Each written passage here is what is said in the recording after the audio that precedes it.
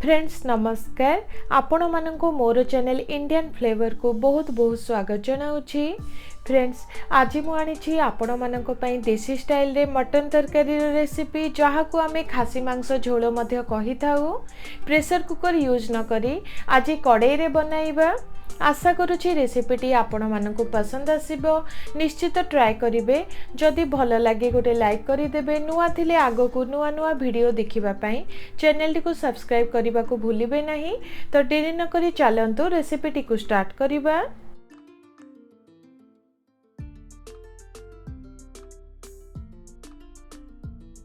Friends एठी मु नेछि 600 ग्राम हेबो खासी मांस भल भाबरे सफा करि नेछि।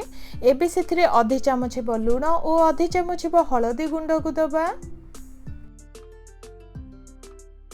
एबे सेथिरे गोटे चामच हेबो धनिया गुंड और गोटे चामच हेबो लंका गुंड को देउछि। सुंदर टेस्ट पई एठी मु 2 चामच हेबो अदा रसुण रो पेस्ट को देउछि। ता सहित एठी किछि धनिया पत्र को काटी नेछि ताकू मध्य देई दबा। शेष रे सेथिरे गोटे चामच हेबो तेल को देउछि।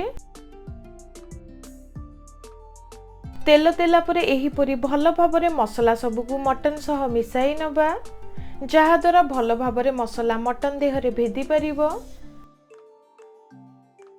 मसला को मटन देहरे भल भाबरे मिसाई नेछि। एबे साइड रे रखी दे नेक्स्ट प्रोसेस स्टार्ट करिबा। एठी गोटे कड़ाई को मीडियम हीट रखी सेथिरे प्राय 7 रु 8 चमच हेबो तेल को गरम हेबा को छाड़ी देइछि। किछि समय परे देखंतु तेल हल्का टिके गरम हेई आसिलानी। एबे सेथिरे सुखिला मसला को दबा। एठी मु नेछि किछि तेज पत्र सुखिला लंका सुखिला मसला और गोटे चामच हेबो जीरा। तेल रे सुखिला मसला को देला परे हल्का टिके गोटे मिनिट पई भाजी नबा।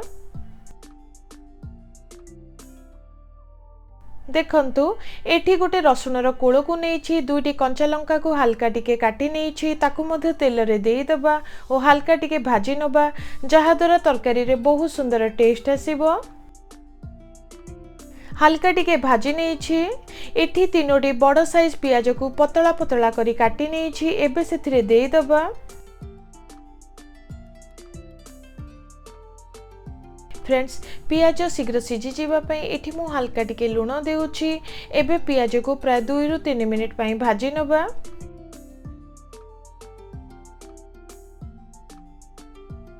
फ्रेंड्स किछि समय परे देखंतु पियाज रो रंग चेंज हेई आसिलानी। एबे सेथिरे मैरिनेटेड मटन को देई दबा। फ्रेंड्स कुकर रे तरकारीटी बहुत शीघ्र होई जिवो किंतु एमिति थरे कड़ाई रे बनांतु मांस को जेते कसी कसी बनाइबे तार टेस्ट आउ टिके सुंदर आसी थाए। मटन को मैरिनेट करिबा टाइम रे सेथिरे मसला सब को यूज करिथिले पुणी थरे दरकार हिसाब रे एठी मु अल्प टिके मसला गुंड को देउछि। एठी मु नेछि आधे चामच हेबो लंका गुंड आधे चामच हेबो धनिया गुंड अल्प टिके हळदी और अल्प टिके जीरा गुंड। एबे मसला को मटन रे देई भल भाबरे सब को मिसाई नेउछि।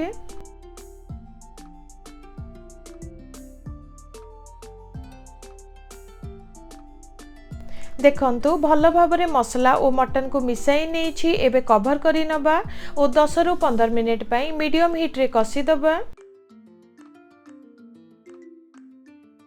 प्राय 15 मिनिट पर चेक करुछि। देखंतु मटन देहरु पानी बाहरी टिके ग्रेवी टाइप लागुछि। मटन हल्का टिके नरम लागुछि।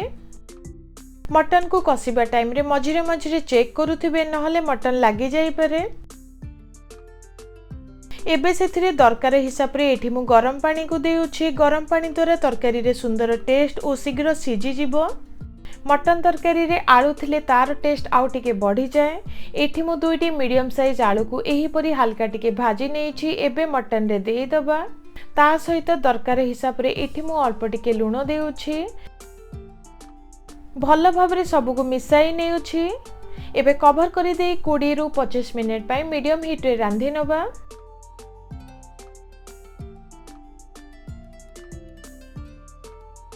प्राय 25 मिनिट पर चेक करुछि। देखंतु सुंदर बास्ना आसिलानी। तरकारी आमर ऑलमोस्ट रेडी हेई गलानी। आउ टिके टेस्ट बढ़ाइबा पई एठी मु 1 चमच हेबा मटन मसला को देउछि। ता सहित किछि धनिया पत्र को काटी नेइछि ताकू मध्य देई दबा।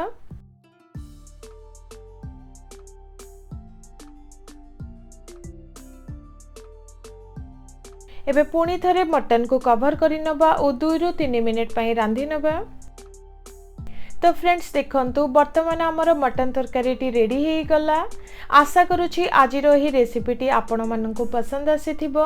निश्चित ट्राई करिवे, केमिति लागिले निश्चित शेयर करिवे। रहुछि, नमस्कार।